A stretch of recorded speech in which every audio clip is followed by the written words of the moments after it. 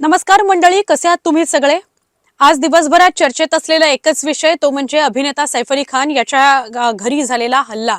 सैफ अली खान याच्या घरी हल्ला झालाय, त्याच्या घरात हल्ला झालाय आणि त्याच्यावर झालेला जो हल्ला आहे तो गंभीर स्वरूपाचा आहे.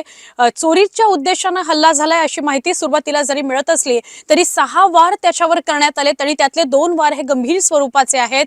जी माहिती समोर येते त्यानुसार शस्त्रक्रिया मानेवरची त्याची झालेली आहे आणि त्या व्यतिरिक्त आयसीयू मध्ये त्याला दाखल करण्यात आलेलं आहे.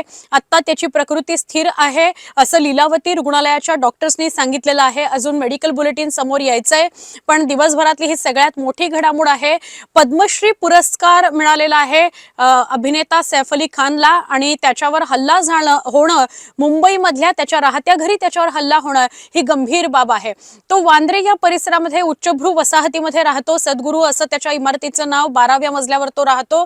त्याची स्वतःची सुरक्षा व्यवस्था आहे. त्याच्या घरात केअरटेकर्स आहेत. त्याला पोलिसांकडून सुरक्षा व्यवस्था पुरवण्यात आलेली आहे. त्याच्या घराच्या खाली सुरक्षा गार्ड्स असतात. इमारतीचे जे सुरक्षा गार्ड्स असतात ते देखील, एखादा सेलिब्रिटी या इमारतीमध्ये राहतो म्हटल्यावर तशी चोख व्यवस्था असते. आणि अशा सगळ्या सिनारिओमध्ये अभिनेता सैफ अली खान याच्यावर हल्ला होणं ही अत्यंत गंभीर बाब आहे. सैफ अली खान याच्यावर सुरुवातीला चोरीच्या उद्देशानं त्याच्या घरात हल्ला झाला अशी माहिती मिळत होती, पण तीक्ष्ण हत्यार या व्यक्तीकडे होतं, त्याला कोणीतरी मदत केली अशी सुद्धा माहिती मिळते. पोलिसांच्या प्राथमिक तपासात ज्या गोष्टी समोर आल्या त्यात असंही कळलं की कदाचित तो अनोळखी नसावा, तो ओळखीचाच असावा. तोंडओळख त्याची असावी सगळ्या इमारतीतल्या लोकांशी किंवा त्याच्या घरातल्यांशी सुद्धा. ती घरातल्याच काहींना ताब्यात सुद्धा घेण्यात आलेलं आहे, कारण त्यांच्याकडनं चौकशी केली जाते. त्यांच्या मदतीने ही घटना घडली का? थेट घरामध्ये जर एखादा कोणी व्यक्ती दबा धरून बसला असेल आणि धारधार शस्त्र त्याच्याकडे असेल, जहांगीरच्या रूम मध्ये तो होता अशी ही माहिती मिळते. असं जर असेल तर ही गंभीर बाब आहे. म्हणून त्याच्या घरातून आणि त्याच्या इमारतीतून काही जणांना ताब्यात घेण्यात आलेलं आहे. पोलीस त्यांची चौकशी करतायत अशी माहिती मिळते. त्यांची जी केअरटेकर आहे लीमा, हिने सुरुवातीला आरडाओरड केली घरात जर अज्ञात व्यक्ती दिसला त्यानंतर, आणि मग सैफ अली खान धावून आला आणि सैफ अली खानची आणि त्या व्यक्तीची झटापट झाली. यात त्याने आतापर्यंत तर आपण सैफ अली खानला किंवा या सगळ्या अभिनेत्यांना चित्रपटांमध्येच मारधाड करताना बघितलेलं आहे. हल्ले होतात, प्रतिहल्ला होतो, मारलं जातं, मारलं जातं, हे सगळं आपण चित्रपटांमध्येच बघितलेलं आहे. पण हे रिअल लाईफ मध्ये सैफ अली खान बरोबर घडलं. त्यानेही प्रत्युत्तर दिलं आणि त्यात त्याच्यावर हल्ला झालाय. ते जे धारधार शस्त्र होतं किंवा धारधार शस्त्राचा भाग तो त्याच्या पाठीत अडकलेला होता आणि तो पोलिसांनी काढून टाकलेला आहे. कदाचित तिथेही त्याला टाके बसलेले असतील. जो मानेवर आणि पाठीवर हल्ला झाला होता, त्यामुळे मानेवर जो हल्ला झाला होता तिथे शस्त्रक्रिया करावी लागलेली आहे. हा मानेवरचा हल्ला जो आहे तो थोडासा चुकला असता तर तो गळ्याकडे आला असता आणि मग अजून विपरीत घडू शकलं असतं. अजून व्यतिरिक्त 4 त्याच्यावर खाणाखुणा आहेत हल्ल्याच्या. तर या सगळ्या विषयीचं मेडिकल बुलेटिन निघेल तेव्हा अपडेट मिळू शकतं. सेलिब्रिटींवर हल्ले होणं ही एक गंभीर बाब आहे. मुंबई ही महाराष्ट्रामध्ये सेफेस्ट जागा, सेफेस्ट शहर म्हणून त्याकडे बघितलं जातं आणि असं असताना इथे अनेक सेलिब्रिटीज राहतात. जे मराठी इंडस्ट्रीत काम करतात, जे हिंदी इंडस्ट्रीत काम करतात, असे अनेक सेलिब्रिटी मुंबईच्या वेगवेगळ्या भागामध्ये राहतात. आणि जर असा सैफ अली खानवर त्याच्याच घरात हल्ला होत असेल तर कायदा सुव्यवस्थेचे नक्कीच प्रश्न निर्माण होऊ शकतात. बरं, ही पहिलीच घटना आहे का? सैफ अली खान याच्यावर हल्ला घडणं, एखाद्या अभिनेत्यावर हल्ला होणं ही पहिलीच घटना आहे का? तर अर्थात नाही. याच्या आधीही अनेक अशा घटना घडलेल्या आहेत ज्या आपल्या सगळ्यांना माहिती आहेत. पण फक्त मागच्या 3-4 वर्षातला जरी अशा हल्ल्यांचा आढावा घेतला तर त्यामध्ये खूप मोठी नावं आहेत, खूप बिग बी नावं आहेत ज्यांच्यावर हल्ले झालेले आहेत किंवा ज्यांच्यावर हल्ला होण्याची धमकी त्यांना आलेली आहे. सगळ्यात पहिलं नाव तर आपल्याला सगळ्यांना माहिती आहे, सलमान खान. सलमान खान याला 3दा धमकीचं पत्र आलं. एकदा मेल आला आणि त्याच्या वडिलांना सुद्धा धमकीचं पत्र आलेलं होतं. याच्या व्यतिरिक्त त्याच्या घरावर हल्ला सुद्धा झाला, काही हल्ल्याचे बुलेट सुद्धा आणि त्या खुणा सुद्धा त्याच्या इमारतीवर अजून सुद्धा आहेत. त्यानंतर त्याची जी दर्शनी बाल्कनी आहे, समोर दिसणारी जी बाल्कनी आहे, तिथे काही सुरक्षा व्यवस्थेच्या दृष्टीनं बदल करावेत असं सुचवण्यात आलं आणि मग ते बदल आता केले जात आहेत. पण वारंवार बिश्नोई गँगकडून त्याला धमकी येते आहे सलमानला. त्याचं जे फार्म हाऊस आहे त्या फार्म हाऊसवर सुद्धा त्याला असुरक्षित म्हणण्यात आलेलं आहे, म्हणजे तो तिथे सुद्धा असुरक्षित आहे असं पोलिसांनी सांगितलंय. त्यामुळे त्याला सुरक्षा व्यवस्था पोलिसांकडून पुरवण्यात आलेली आहे. त्याचे स्वतःचे बॉडीगार्ड्स असतात, हे अजून वेगळं. सलमान खान हे तर नाव आपल्या सगळ्यांना माहिती आहे आणि विशेष म्हणजे बँड्रा परिसरामध्येच तो राहतो.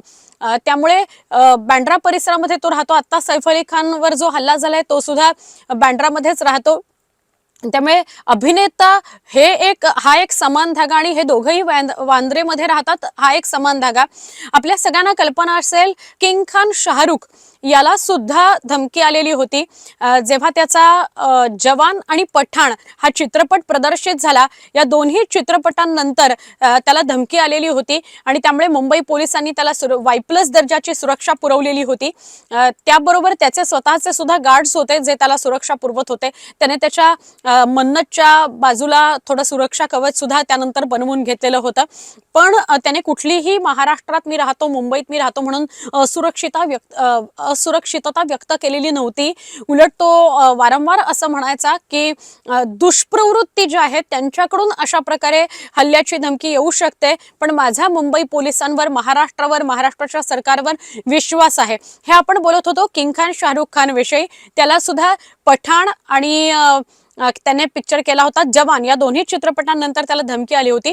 हे साधारण प्रकरण होतं 2022-23च्या दरम्यानचं. सलमान खानला तर मागचे 2 वर्ष सलग मेल आणि पत्र यातून धमकी येते, हल्ला सुद्धा झाला आणि मग त्याला सुद्धा मुंबई पोलिसांनी सुरक्षा पुरवलेली आहे. आपल्या सगळ्यांना जर माहिती असेल, वांद्रेमध्येच नेते बाबा सिद्दीकी यांच्यावर हल्ला झाला आणि त्या हल्ल्यात त्यांचा मृत्यू झाला. त्यांना गोळ्या घालून मारण्यात आलं. बिश्नोई गँगनं त्याची जबाबदारी स्वीकारली. ही तर आत्ताची घटना आहे, ताजी घटना आहे 2024 मधली. आणि बाबा सिद्दीकी हा सगळ्या सेलिब्रिटींमध्ये प्रसिद्ध होता. तो सगळ्या सेलिब्रिटींचा अत्यंत लाडका नेता होता.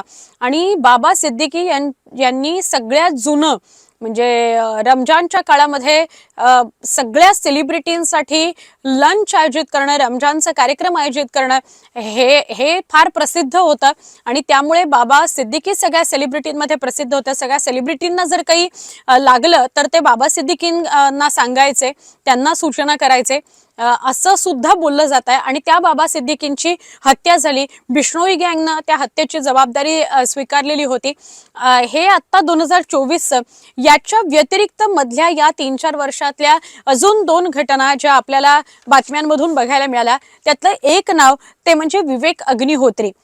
द काश्मीर फाईल्स हा चित्रपट जेव्हा आला, या चित्रपटावरून गदारोळ झाला, या चित्रपटाला भयंकर विरोध झाला.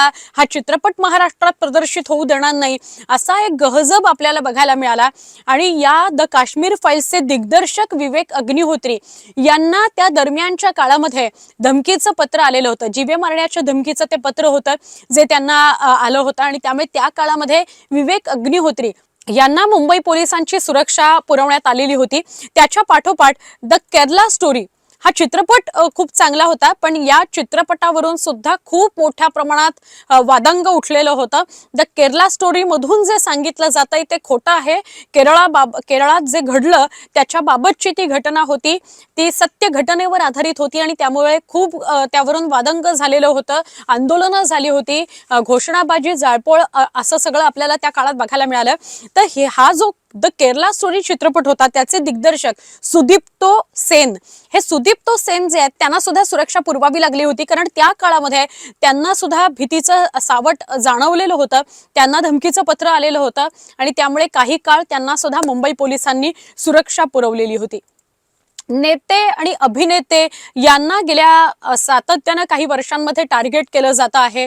ते का टार्गेट केलं जात आहे? काही संदेश द्यायचा, स्वतःची हुकूमत किती आहे हे दाखवायचं, जाणीवपूर्वक त्या व्यक्तिसापेक्ष राग असतो म्हणून त्याच्यावर हल्ला करायचा, अशी वेगवेगळी कारणं असू शकतील आणि ती तशी बातम्यांमधून समोर आलेली पण आहेत.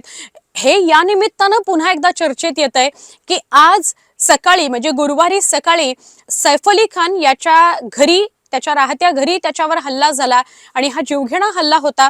6 वार त्याच्यावर करण्यात आलेले आहेत. ज्या व्यक्तीनं हा हल्ला केला त्याच्याकडे धारधार शस्त्र होतं.